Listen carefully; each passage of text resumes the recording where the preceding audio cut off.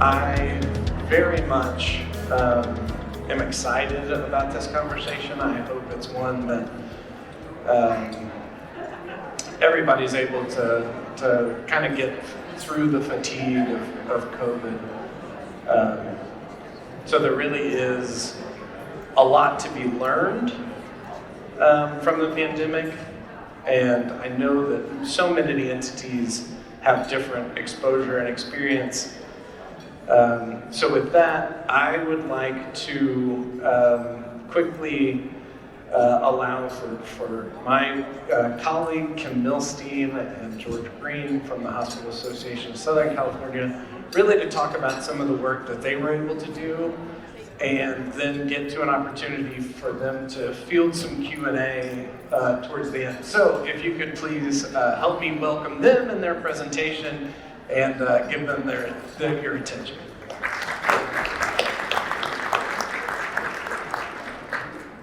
Well, good afternoon, everyone. I hope you're doing well, and I hope that you are enjoying the conference today.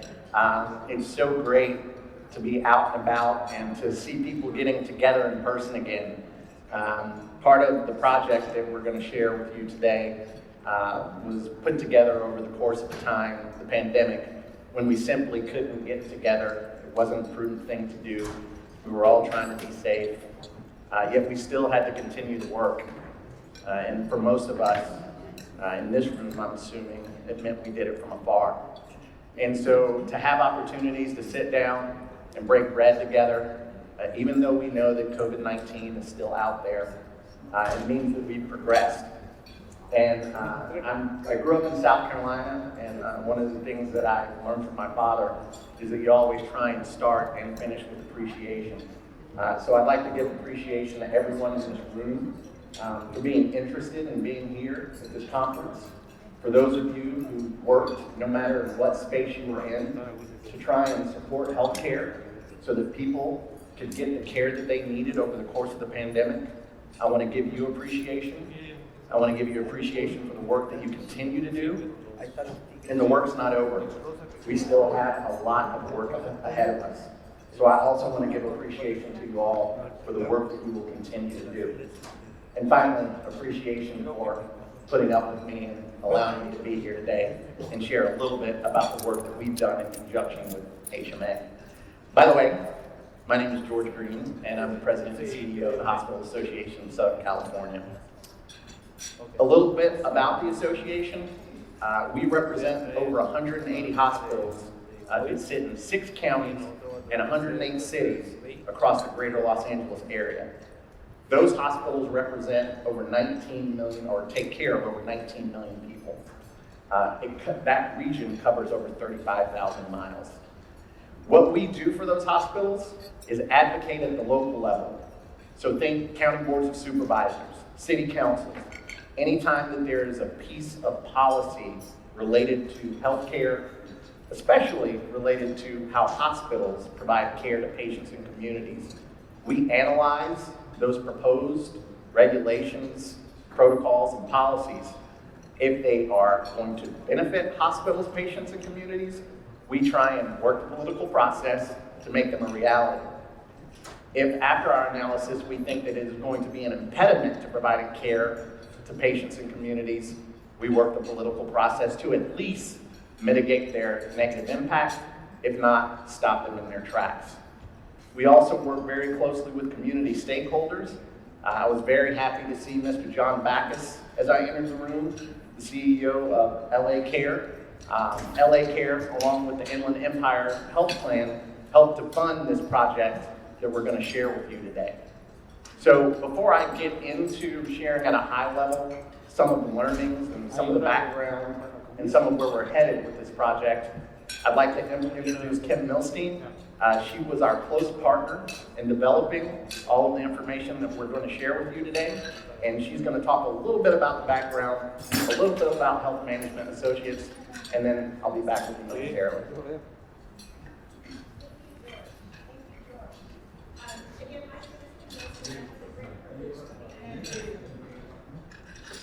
I have the great privilege to be the managing principal of Health Management Associates for our LA office. It was a pleasure to partner with George and team as we really took a thoughtful look, not just at the impact of COVID on hospitals, which I think we can all agree was tremendous, but really look more broadly across the entire enterprise, not just the continuum of healthcare across LA County, but really the other community benefit organizations, other places where there were impact and partnerships that sprung up that really did help to create a safety net in some cases and some advantages to how we all dealt with the COVID pandemic.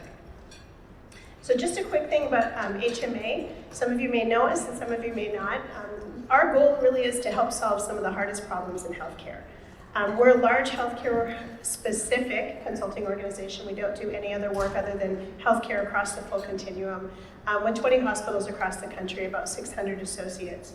And we really try very hard to come in and help to solve and fix problems in a sustainable way. So while there are glossy reports that sometimes get created, our goal is really implemented change. I had a little giggle this morning, George, because when I looked at the presentation for the last time, I realized that I had put over 20 hospitals across the country, not offices. So I think that speaks to my background, which is all hospitals all the time.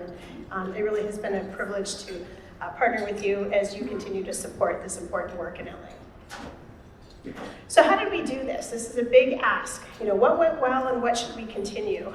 First and foremost, we partnered with Constant Associates, which is a Torrance-based firm that has a lot of former FEMA, former EMS people who do after-action reports.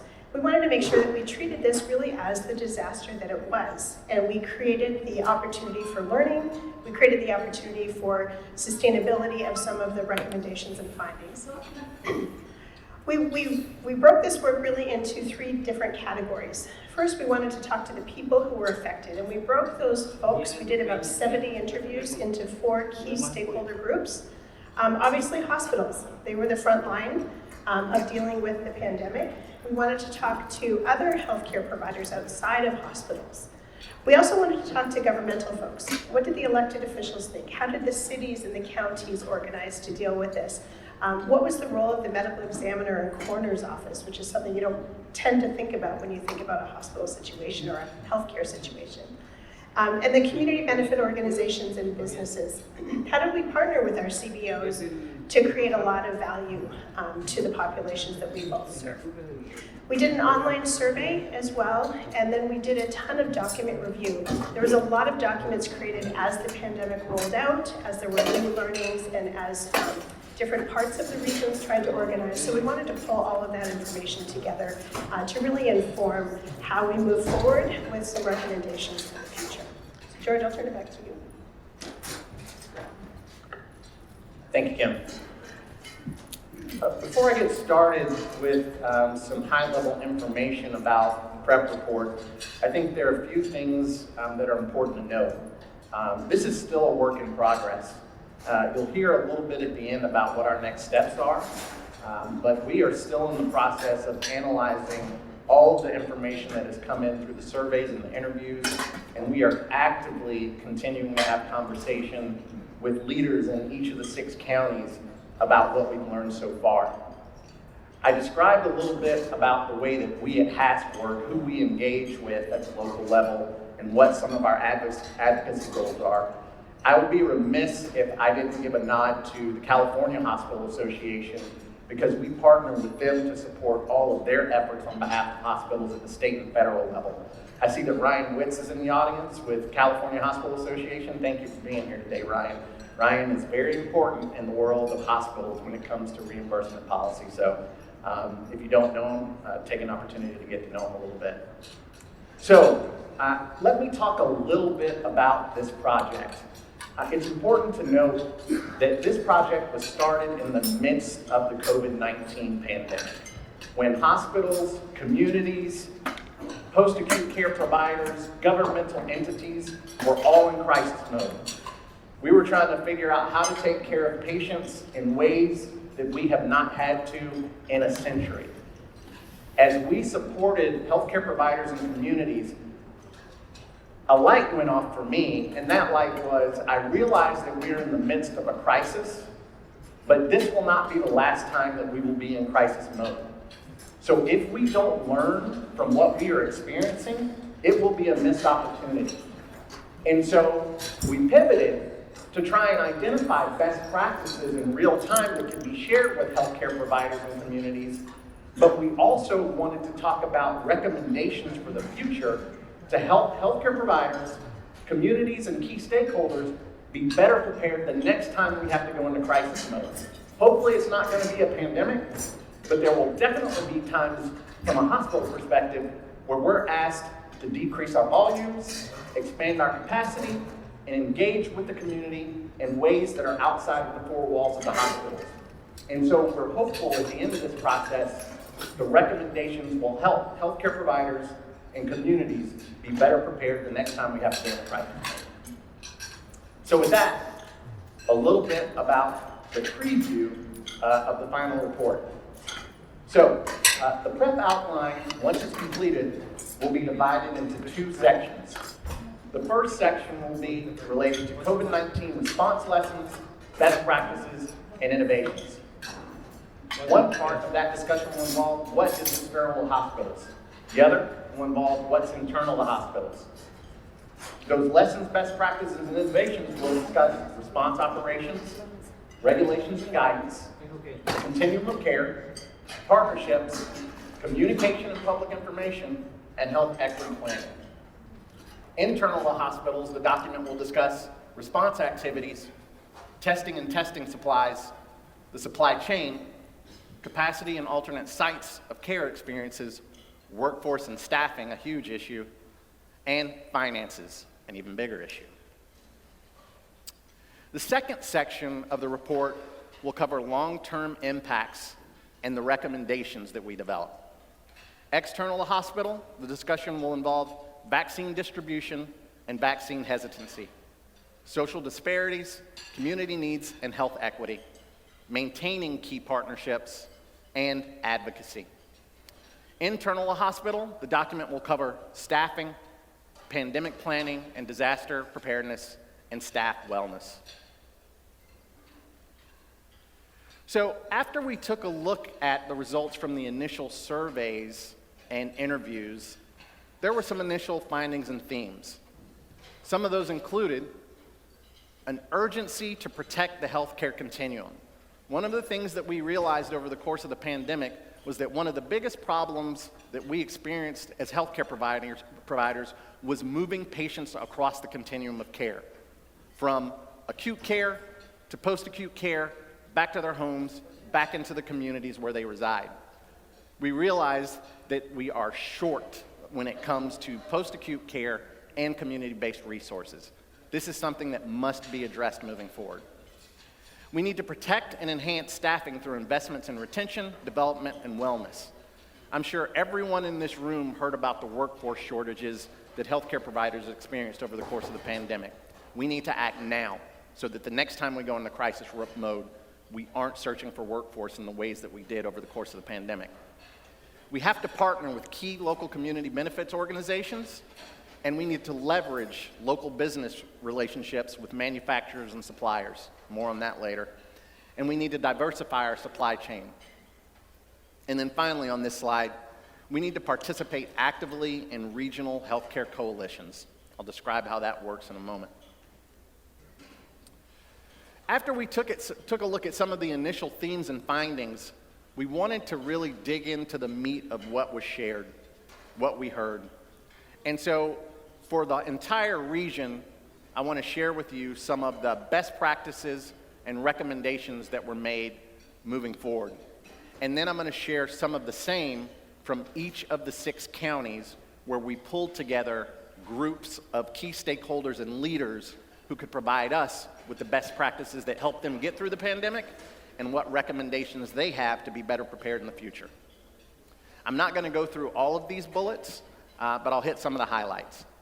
Region-wide, some of the best practices that came forth were advocating for staffing and license space waivers, creating and implementing a process that connected all member hospitals across the greater Los Angeles area, establishing a collaborative in conjunction with the Port of Los Angeles for hospitals to gain the PPE and supplies that they needed. And then public information campaigns. I cannot tell you, over the course of the pandemic, there were times where people were literally scared to go to hospitals and healthcare providers, even though they had an acute level of care, or even if it wasn't an acute level need. As a result of that, what hospitals and healthcare providers are dealing with now is people who are showing up with a higher acuity level and in worse shape that they would have been had they presented when they needed it during the pandemic. We tried to balance out what was going on by implementing public campaigns to assure individuals that hospitals were prepared to take care of people who had COVID and to take care of people who did not have COVID. Some of the recommendations coming out of the region were to develop permanent policies on public health emergency waivers, to advocate for health enterprise zones. Hospitals and healthcare providers are economic drivers in any community in which they sit. One of the things that we believe that governmental entities should contemplate is that for those healthcare providers that are sitting in a community, who are good community partners, who are driving the economy of that community, they should consider reducing fees, reducing taxes, and providing incentives for those healthcare providers to remain in that community. We need to identify and develop funding opportunities to sustain collaborative partnerships. And also for governmental entities, when they're in receipt of supplemental federal or state funds, they should develop protocols as to how they might distribute those funds to support healthcare providers who are in crisis. And then finally, working with our friends at the Medicaid managed care plans, we need to advocate for advanced payments, expediting claims and adjudication as our hospitals and healthcare providers are in crisis. I would say that organizations like LA Care and the Inland Empire Health Plan were friends to hospitals and healthcare providers over the course of the pandemic, and they took similar actions. We need all of our Medicaid managed care plans in times of crisis to step up and take those sorts of actions. Again, I'm going to try not to go through all these bullets, but I do think it's important to give you a flavor of the different best practices and recommendations from each of the 6 counties. In Los Angeles County, there was public information officer collaboration with 28 community benefits organizations to triage and coordinate messaging and connect individuals and organizations. There was rapid implementation of the Project Room Key and Great Plates programs for the homeless. And then there was proactive cross-training of nursing staff during early downtime to prep for surges. And then the last one from this list was cross-facility partnerships on access for underserved populations. There were many times where I would receive a call from a hospital CEO in an underserved community saying, we simply can't take care of the patient volumes that are presenting at our emergency department. And we facilitated conversations with other hospital CEOs who had capacity so that those hospitals could be either diverted or transferred to those facilities where they could be taken care of. Some of the recommendations coming out of Los Angeles County: implement critical incident stress debriefing, care for the caregiver programs. Again, this goes to the workforce and goes to people in the community who are taking care of individuals in homes. We have to take care of them as well. We have to provide them with support. We need to work with coroners. Yes, coroners. Unfortunately, over the course of the pandemic, one of the most frequent calls we received was from hospitals saying that they no longer had room for the deceased bodies within their morgues. We had to work with the county coroners in order to find increased capacity for those bodies. It's something that no one anticipated.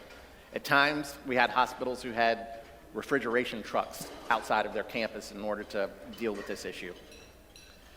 And an innovative idea, it is Los Angeles after all, when you think about some of the public education campaigns, the idea of engaging celebrities who have a heart for healthcare in order to get the message out, especially those who reflect the communities that we were trying to target with some of those communication campaigns.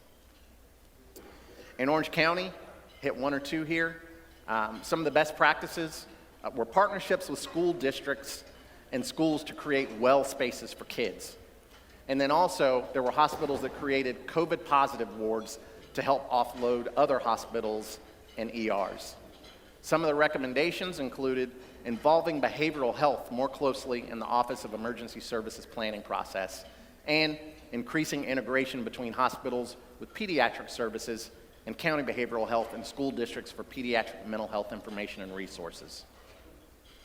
In the Inland Empire, a few best practices: hospitals repurposed pediatric units for adult care and partnered with local children's organizations to take care of all of the other peds needs. Street medicine programs for persons who were experiencing homelessness. And then recommendations: the creation of a regional SNF task force to help plan, support, and stabilize needed post-acute care services. As I mentioned earlier, one of the most critical things we identified as a gap was the lack of the ability to place patients in post-acute care situations. We need to better organize transfers between facilities, and we need to include pandemic scenarios in ethics planning on an annual basis. From Santa Barbara, the hiring of Mixtican, verbal language only translators that were deployed by public health to clinic and ambulatory care settings to help that patient population. Setting up alternate care sites to help decompress hospitals, and street medicine programs to help the homeless.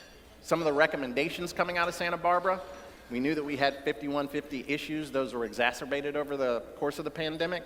So one of the recommendations is to proactively create a plan to modify 5150 guidelines to allow other care sites to access those patients. And then we need to highlight the services provided by community benefits organizations as much as we can, so that individuals understand that you don't just have to go to a hospital in order to receive care. And then ReadyNet is a capability that is managed by the Hospital Association of Southern California, which handles disaster communications in times of crisis.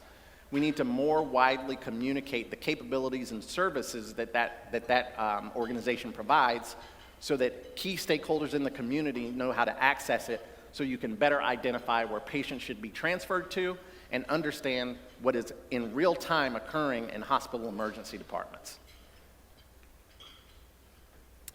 So some overall takeaways as we got through this process to the stage that we're at now. We realize we can do hard things. We are actually really good at emergencies, but we're even better when we work together. Telehealth was key over the course of the pandemic, and it will not go away, and it should not go away. We need to determine how we can utilize telehealth to create efficiencies and extend our services, and we need to figure out how to best reimburse for telehealth services. We reconfigured hospital spaces. Moving forward, hospitals and healthcare providers should be granted the flexibility in times of crisis to do just that: create the space we need without letting red tape get in the way. Testing and vaccination sites and innovative partnerships. There were countless examples of hospitals and healthcare providers working with counties and community-based organizations to make sure that individuals got the testing and vaccinations that they needed. And then obviously, we need to look at addressing supply chain issues. Again, Mr. Backus has been a leader in this regard in pulling individuals together in a collaborative manner to try and actually source supplies here in the greater Los Angeles area, so that healthcare providers don't have to reach overseas in order to identify supplies that they need. We realize that information and communication are critical. For our hospitals, we're recommending that they develop internal and external communication plans with clearly identified roles and responsibilities. We're recommending that they develop protocols to support information sharing from the front lines to the C-suite. One of the things that we realized over the course of the pandemic is that there were individuals who were charged with either disseminating or gathering information, but there was no clear path from those individuals in the role that they were giving to that information getting to the C-suite. And so we had to repeat efforts and repeat work in disseminating information to the C-suite that had been given to those on the front lines. Hospitals should participate in regular collaborative dialogue with key community stakeholders. How does that look? At the beginning of the pandemic, the Hospital Association reached out to key stakeholders in each of the 6 counties and set up regular calls so that we could share in real time what was going on in hospitals and share the challenges and needs of those hospitals in order to take care of patients who were presenting with COVID, and again, those patients who did not have COVID. It also afforded us an opportunity to hear what those counties and cities and sometimes the state were contemplating having hospitals do from their perspective in order to take on the pandemic. There were many times as a result of those forums, we were able to end up with better policies and protocols because we were all together in a room, not just creating them in silos. And that's an effort that should continue. What I have recommended in each of those 6 counties, and at times over the course of the pandemic, these calls occurred on a daily basis. What I've recommended is that for now, once a month, those collaboratives still get together, and even though we're not talking about COVID, we can still talk about the challenges that healthcare providers are facing and the protocols that decision makers are contemplating, and work together to make sure that they don't get in the way of patient care and taking care of the communities that we're charged with serving. Be transparent with challenges, capabilities, and resources internally and externally. There's no use in hiding the ball when we're in crisis. Include your key physicians in the dialogue and make sure that they drive clinical decision making. And then make sure anyone who's given a role or responsibility related to communications is trained. It's not always going to be your PIO who's in front of the camera or who is taking part in those stakeholder groups. Anyone who will be part of communication should receive communication training. And then, where possible, set up a centralized repository for information that people can access. And then people. You heard me allude to it earlier. One of the greatest challenges over the course of the pandemic and one of the greatest challenges that healthcare providers and communities will face moving forward is workforce. We have seen people leave healthcare in droves because they're just tired. Over the course of the pandemic on a daily basis, even though our workforce was tired, they got up when that bell rang and they got to hospitals, they got to community-based services, they got to post-acute care providers because they wanted to take care of people. The people who work in healthcare believe in the mission of healthcare. They have a heart for the root of healthcare, and that is making sure that people have access to quality care, that we can improve outcomes, and that we can invest in community health. But even those superheroes, as I call them, and I do call them superheroes, one of the things that struck me over the course of the pandemic as we were engaged in challenges related to the workforce was, I'm sure you've all seen it, when you look at our first responders, firemen, police officers, there are posters where they're standing next to superheroes. As a result of that, in part, when you talk to little children, what do you want to be when you grow up? I want to be a fireman. I want to be a police officer. They're our first responders. They should be respected. They should be viewed as superheroes, just like those on the front line of healthcare. These are individuals that are getting up every day in tough situations because they believe in the mission. So what I said to our members is, we need to reinvent those posters. Nurses, people who are doing laundry service, people who are in food services, our doctors, our lab techs, our rad techs, they should have capes on as well, because children should want to be in the healthcare workforce when they grow up just as much as they want to be a first responder. And that needs to be part of the narrative that we change if we want to build our workforce moving forward. People, again, workforce development and retention is critical, and we're recommending to our hospitals to continue engaging your people in your organization's mission.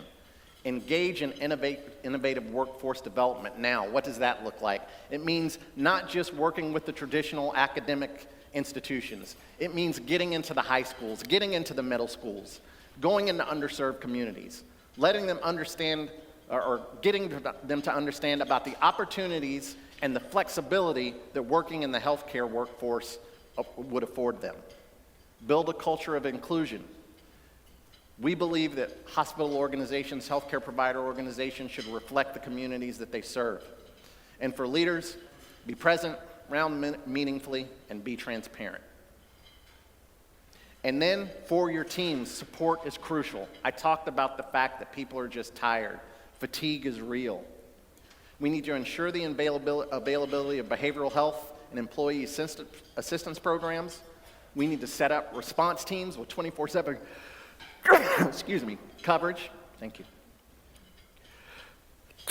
It's usually 3 times, bear with me. And we need to create behavioral health and mental health support plans for our employees and their families. That family is their support system at home. And we need to make our diversity, equity, and inclusion initiatives clear and meaningful. So what are our next steps? Again, this is still all in draft form. We're currently sharing with stakeholders in each of the 6 counties as I described. We are in short order convening the Hospital Association's Board of Directors to review the final report and give us any additional feedback that they have. And then, once it's finalized, we are going to publish this report widely. We're going to engage elected and government officials, media, and community stakeholders to get them on board. And we're going to implement an advocacy campaign to support recommendations. We have a website, it's called Our Health California, and I would love for everyone in this room to go on that website and sign up for information. And I would love it even more if you would sign up and say that I'm ready to stand up the next time there's an issue in front of a county board of supervisors, a city council, that is going to have a positive impact on my hospital's ability to provide health care to the community that it serves. And you can count me in, and you can count me in as a voice. Because it's very important for the county boards of supervisors and the city councils to hear from our hospital CEOs, to hear from me and my team. But it's even more important to hear from members of the community, people who are actually involved in the practice of health care. And so I truly hope you'll at least consider adding your voice to amplify our voice when it's needed. So with that, I will sit down and give up the clicker, and happy to take any questions that you might have. Thank you again for allowing us to be here today. Thank you again for all that you do. And I should have started with this, but I'm going to end with it. I was in Hawaii for 7.5 years before I was presented with this great opportunity, and I usually start everything with an aloha, so I'm going to end it with an aloha. Guess what? You can start and end with aloha. And I am going to ask, I want to see what the spirit is in this room. I know you just ate, and you might not have had your coffee. So I'm going to say aloha, and what we do in Hawaii is everybody says aloha back. So, aloha. Aloha. That's pretty darn good given lunch. So again, thank you very much, and we're happy to take any questions you might have.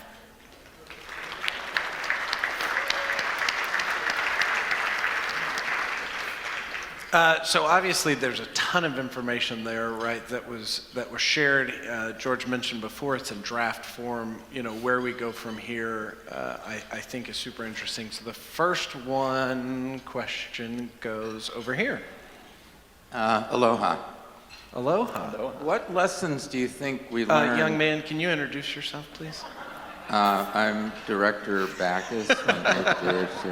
Touche. I'm John Backus from LA Care. George, was there any learning from the emergency expenditure of resources to make St. Vincent's available and the Hope Hospitalship available, which I believe, in the end, maybe served about 100 people? John, I'm sorry, that first part, say again. I said, was there any learning from this study about the emergency use of resources at the beginning of the pandemic, where the state leased St. Vincent's Hospital, the Hope Hospitalship was brought in, and in the end, I think about 100 people were served between those two efforts? Yeah, that's a great question. I think the learning is that we were in the beginning of a crisis, and I'm going to say this because we're amongst a group of adults, and I'm from South Carolina. Everyone was running around like a one-legged person in a butt-kicking contest. And so everyone was scrambling, and it sounded like a good idea because everyone was anticipating droves of COVID patients, and people were worried about where we were going to place them.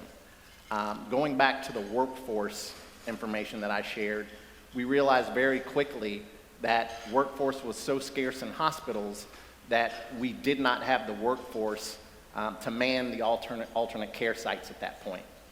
And so I think there are a couple of learnings there.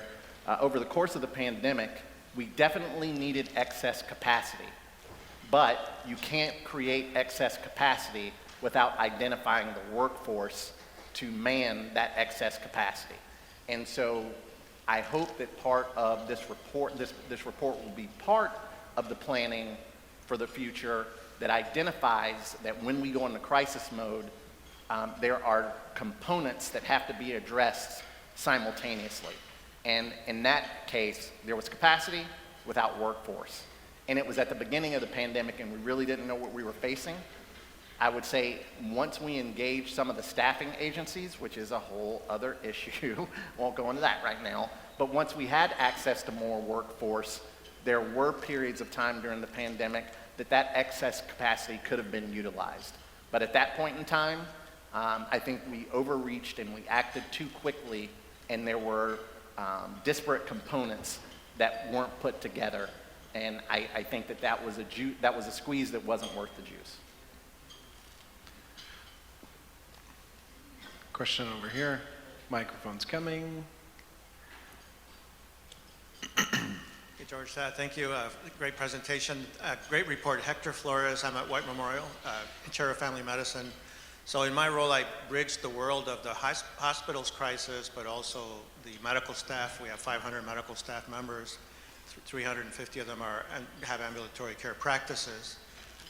And we also bridge the world with the county health and public health. So I would encourage that you share this report not only with your constituent hospitals, but ask them to have the medical staff, employees read through and give public comment in a sense, so they can share their experience. Because I know the scope of the project that you did can't possibly get all those inputs, but I think that would be really important. The other piece is that this coalition, I'm glad to hear that you have this coalition, continue to have discussions. It has to be articulated sort of a mission or charter so that we don't lose the urgency that we all feel. In my career in LA County, I've gone through recently, the H1N1 crisis. Everyone panicked. We got together. We had an emergency action, and then as soon as it was over, we lost our zeal for continuing to meet. Same thing with with Zika and Ebola and all these other opportunities. So I think having that dialogue continue, but have an articulated strategy is going to be important. Maybe you can share a little bit of how you see this coalition working into the future.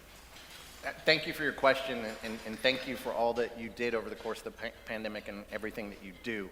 I was going to go to a slide or two. I'll just speak to it. A couple of the slides contained recommendations that we continue our collaborative community stakeholder dialogue.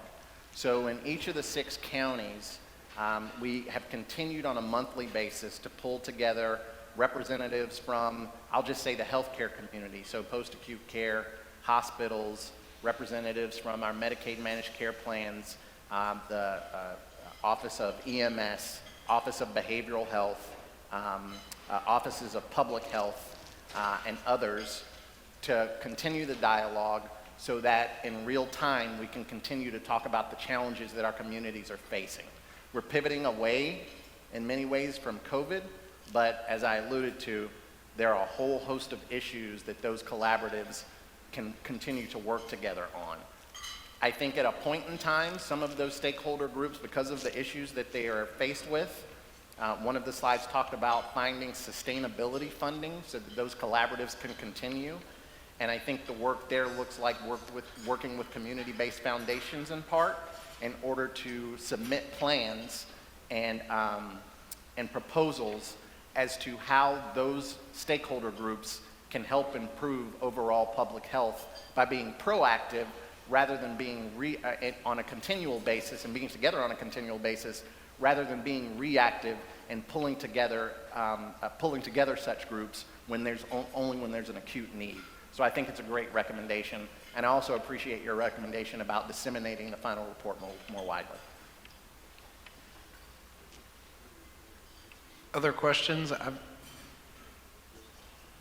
Over here.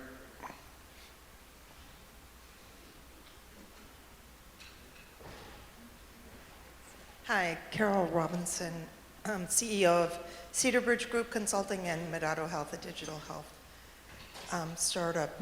My question is around, I saw internal communication and kind of up to the C-suite, I apologize if I missed this in your presentation, but I didn't see as much about communication, information exchange, and also, working with the state around more public health reporting, and improving, the counties and regions' ability to inform state planning in terms of pandemic preparedness and information systems that will be helpful for that future planning and preparedness.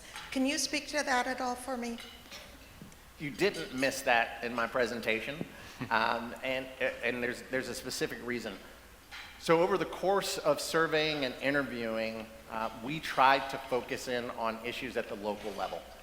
We were very cognizant of the fact, because of our relationship with the California Hospital Association, and specifically the stakeholders from the 6 counties, knowing that the regional association, the state association work closely, that there would be recommendations related to state policies, state protocols, and things that the state and federal government could do better, including information exchanges to help communities in times of crisis and to help improve public health.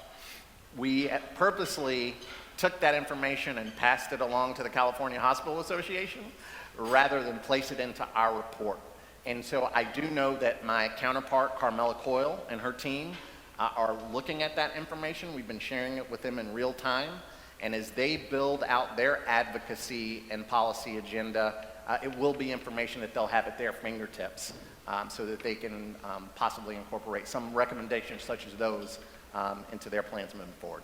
So there were several comments related to that we're passing along to them. Others? I would throw out one before we get to anybody else who may have one. What were some of the things that, as you guys, and this is for Kim or George, what were some of the things that you were surprised finding in this report and within that feedback loop that kind of showed up? I'll let you go first. I've got one. I think there were some surprises in general. When you think about a disaster scenario, and those of us in hospitals plan for this every single year and go through, tests and drills, we've always had the ability to do some mutual assistance. So I came from Ventura County. We had a terrible fire a few years ago, the Thomas Fire, and we were blessed to have Santa Barbara County immediately respond and many, many other counties come to help. But we were all in it, and so that mutual assistance was not possible. Then there were some things that none of us predicted, like running out of oxygen, which is a terrible situation in a hospital, especially for a respiratory-based, ventilator-based illness. So, having to, in real time, try to solve those problems, I think was pretty dynamic to see how that happened and creates learning for the future.